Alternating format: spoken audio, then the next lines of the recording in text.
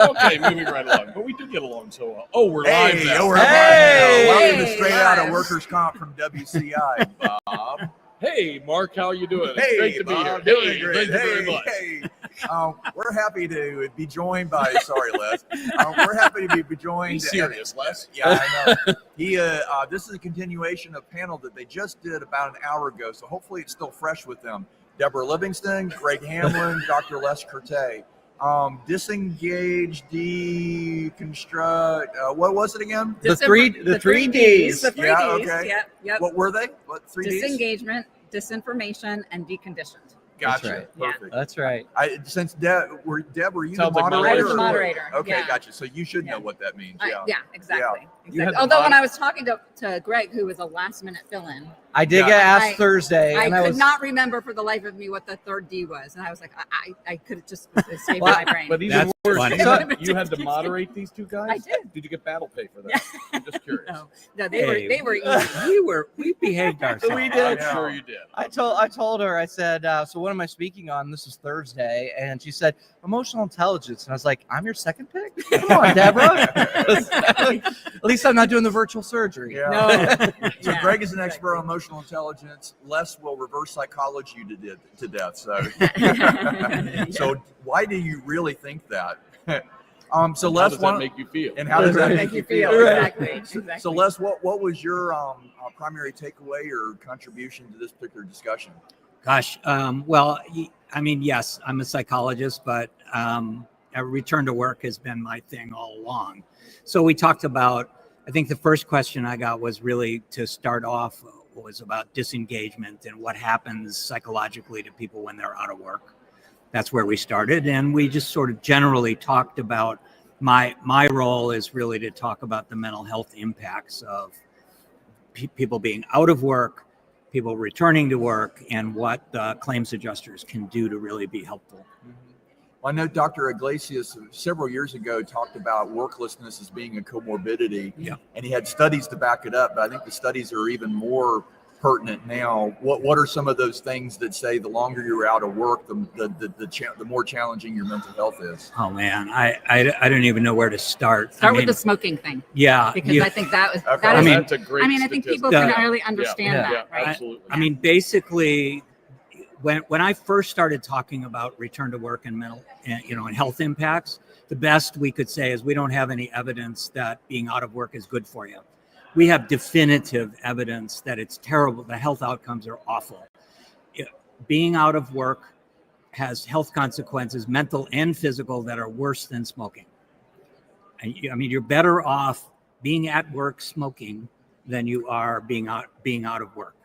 From a statistical perspective, no, I'm not recommending that anybody start smoking. But it is shocking. when It you is put shocking. in It that is really perspective, right? shocking. It is. Yeah, It's because you think really, smoking yeah. is like probably one of the number one killers, right? Or Yeah. of heart disease or whatnot. No, It's- you performed a course for Work Comp College, and you actually cited the percentages and statistics Yes. of that, which was Yeah, really which shocking. I don't remember off the top of my head, but I don't either, because I it's was terrible. a terrible student and I didn't take very good notes. Well, you But know, I will tell you that We're not that's- surprised by that's- that. I'm sure you're not. it was that course. That was that course that got me to reach out to Les, because that's that statistic. I remember writing it down. Ah, and thinking good about it. student. Yeah, What a show. I mean, Okay. I still couldn't tell you what the statistic was.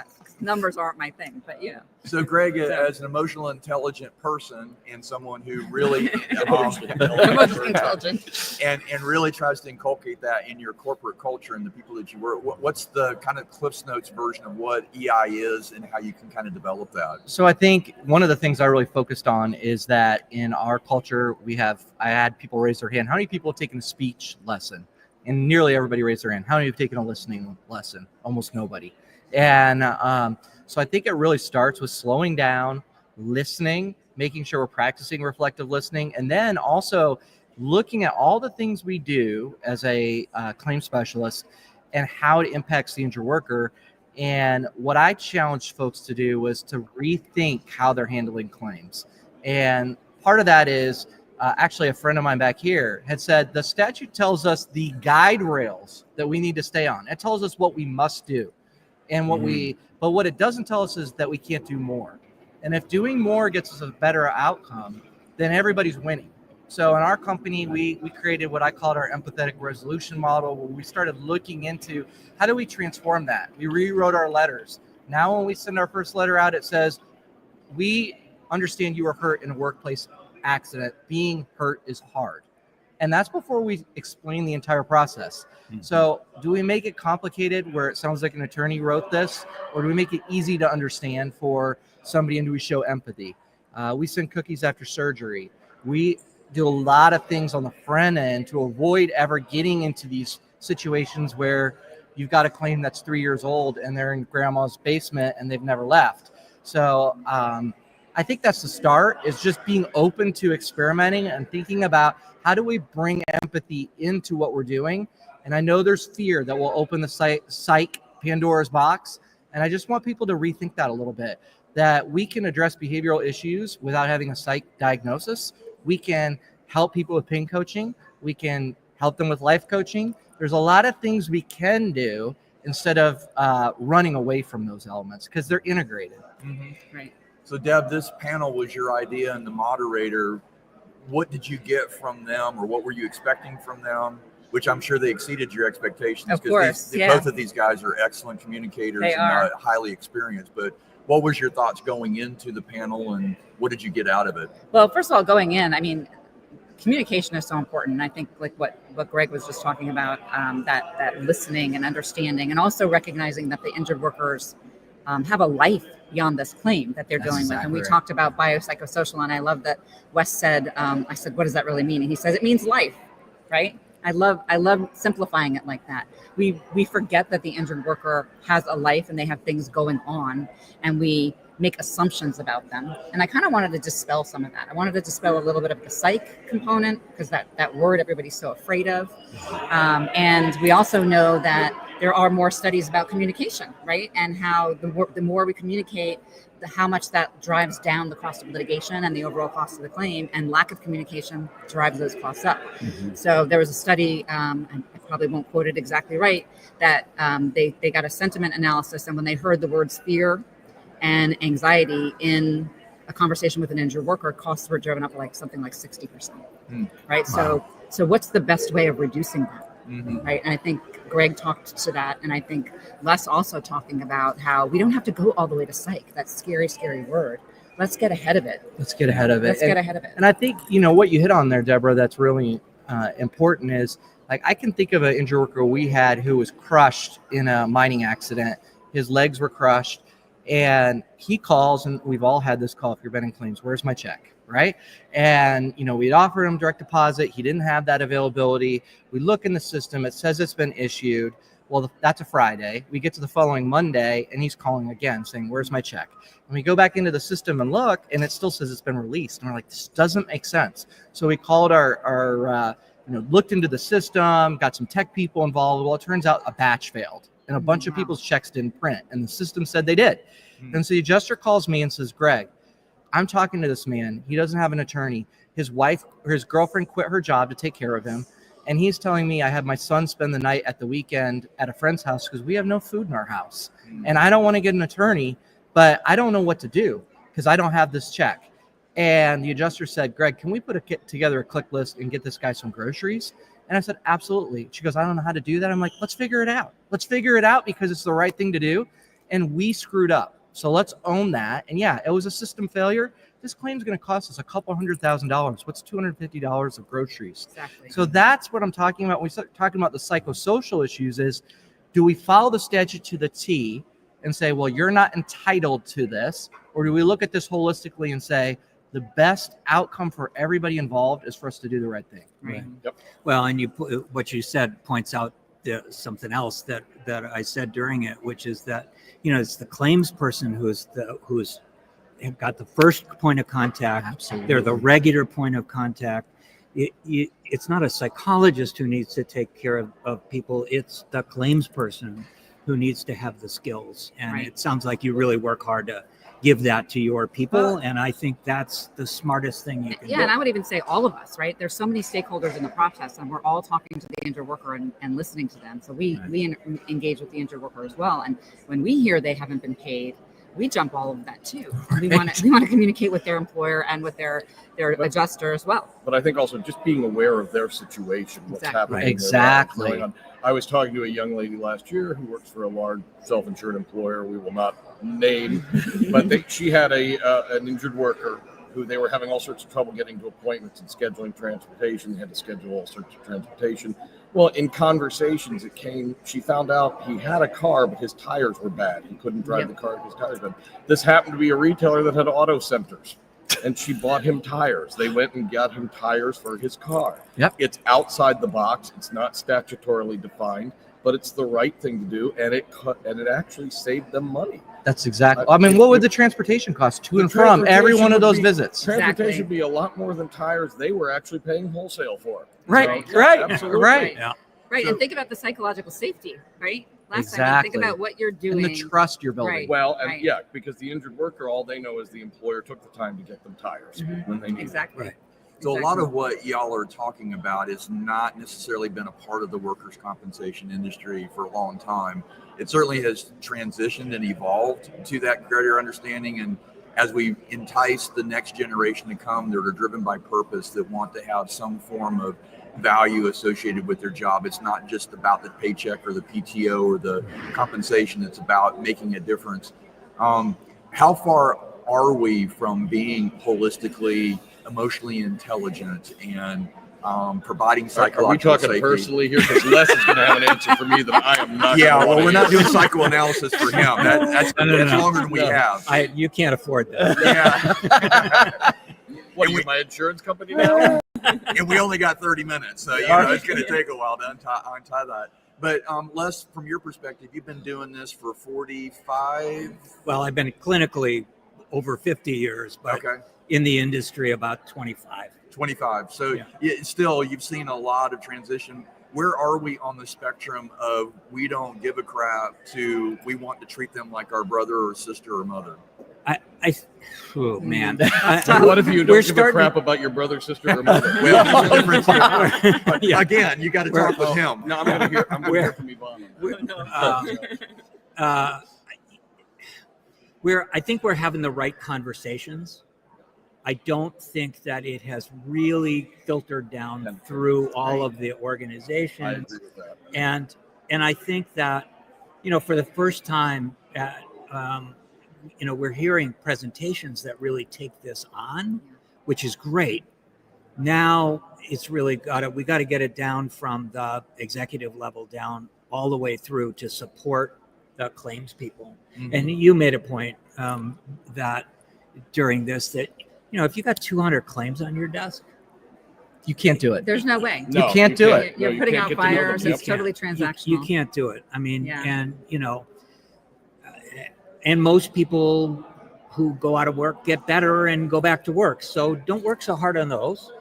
Spend time with the people who will really benefit, Really need it. and at least be friendly and thoughtful with the people that you talk to, regardless of whether they're a problem, quote unquote, problem claim or not. Mm-hmm. Right? Yeah. I think, one of the things I've seen is a lot of the systems are in place are set up not to fail instead of to succeed. And so I think that's that a good point. is That's great. that's a mindset shift. If you're in, it's even more challenging for the extremely large organizations, right? Because they're setting up systems and processes that are set up to make sure everything happens a certain way. But if you really want to get results, you have to get into empowerment at the adjuster level. They have to feel like they can make decisions and that they'll be supported in those decisions.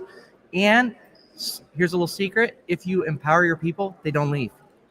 That's You're true. not going to have the retention problem. So true. And they are going to solve those problems. So it's a mindset shift. And I think some people are on that path, but I'm not sure we're there as an industry, but I think we're making progress. Yeah, I think I think we're what still afraid. I think so. And I think what I've seen in our industry, we've all been in it for a pretty long time, right? It takes us a long time from when we start talking about it to when it actually, we turn the corner, Right. right? Yeah. And so we've been talking about it now, I'd say for the last maybe 5 years. It seems like, yes, there's a lot more sessions this year at WCI where we're talking about it. I think there's a lot that goes into this, right? We have an adjuster shortage. or talent shortage in general in the insurance industry. That plays a role in it, because if you have adjusters handling a couple hundred, files, and you can't get more adjusters in, so I think that, the big players that are out there, the larger insurance carriers, the larger TPAs, that executive level need to really changing a culture takes a long time. a lot of work. It's a big shift. And for a long time, a lot of us have been talking about this at conferences, and we get positive feedback. We hear from people say, "This is a great idea. I love this. Let's do this. This is great." And then we all go back to the office where everybody does everything they've always done the way we've always done it, because that's what we do. Yeah. And we've done it the way we always do it. Exactly. And it's just, it's very, very difficult to change the culture. And that's really got to start in a lot of places from At the top. down. It It does. Right. If It you really does. treat your people the way you want your injured workers treated, it will ripple down. Yes. If you are counting keystrokes, if you are checking badge times, if you are, and I'm not saying there's not a place for performance, there is. We need to have metrics around that. But if you treat your people without trust, they will treat their injured workers without trust. And so you've got to lead from the front on that. There's nothing wrong with watching numbers, but watch the right numbers. That's right. And if you're open and transparent, you communicate well, you get prompt care, you pay attention to the injured workers' needs, you'll actually find less indemnity periods, lower indemnity periods, quicker return to work, and you will actually save money. That's I right. know it's a radical concept. Right, exactly. But you will save money if you watch the right numbers. Yeah. Well, and that's part of the problem. I mean, I used to say this: be careful what you count, because you're going to get it, and be careful what you measure, because you're going to get a lot of it. Right. Yeah, that's a great point. great point. Yep. And so, if we started paying attention to resolutions and the impact that had down the road, that would be a help. That's it. I'm worried. I think we have a narrow window to really drive change hard, because I think we're talking about it. We actually had a period about 15, 20 years ago where we were talking about it, Yes. and nothing really happened. Yes. And, now COVID has brought it up again. The pandemic kind of brought it to everybody's mind. I think we have another opportunity, but it's really important that we take advantage of it, I think. Yeah, well, it's going to be extremely difficult to recruit and retain Gen Zs or Alpha generation with the check boxes, try to find Agreed. out ways to say no. Agreed. Let's put up all We sorts of manage obstacles. files and litigate claims. Right. Yeah, No that's one right. wants to do that. I mean, But that generation wants to care about Can I have people, that right? job? They do. Yeah. They do. They So do. I think, and that's really how we attract talent is they recognize that we're doing something good for injured workers, and they feel like they're doing something good. So I think if the industry took that approach and then really did it, I mean, because you can't bring people in and say that's what their role is, Yeah, you and then gotta you're going to actually be do it. Right. counting Right. keystrokes, Yep. like you guys said. That's you know? right. Well, and to your point So- about 15 years ago, it's a new generation Right. now that's 15 years later that are going to be expecting it. And also, it's not just our workforce, but it's the injured workers that have different expectations. That's right. They want authenticity. They want truthfulness. They want to know the God's honest truth, whether it's good, bad, or indifferent. Yeah. Which is not historically how we've treated them. So, Yeah. so finishing up, Les, we'll start with you. Your mic drop, and it may be the same mic drop moment that you had in the panel, or something that's come from this conversation. But what's the leave behind that you want to make sure that the viewers here understand and hear? Just that human connection is the most important thing. I say this a lot. The four most important words in the English language are "How are you doing?" And notice that it's 4 words, not "How you doing?" It's not 3 words, because that gets you nothing. But if you're actually interested in somebody and make a connection, it's going to go better. Mm-hmm. It's interesting. I have consciously sometimes said thank you instead of thanks. Yeah. And I think the actual lack of contraction, those 2 words, the 4 words instead of 3, sounds, it is more sincere, I think. It does sound Yes. more sincere. Guess Yeah. I'm going to have to stop saying sup. Yeah. Well, Yeah. I thought that just meant you were hungry.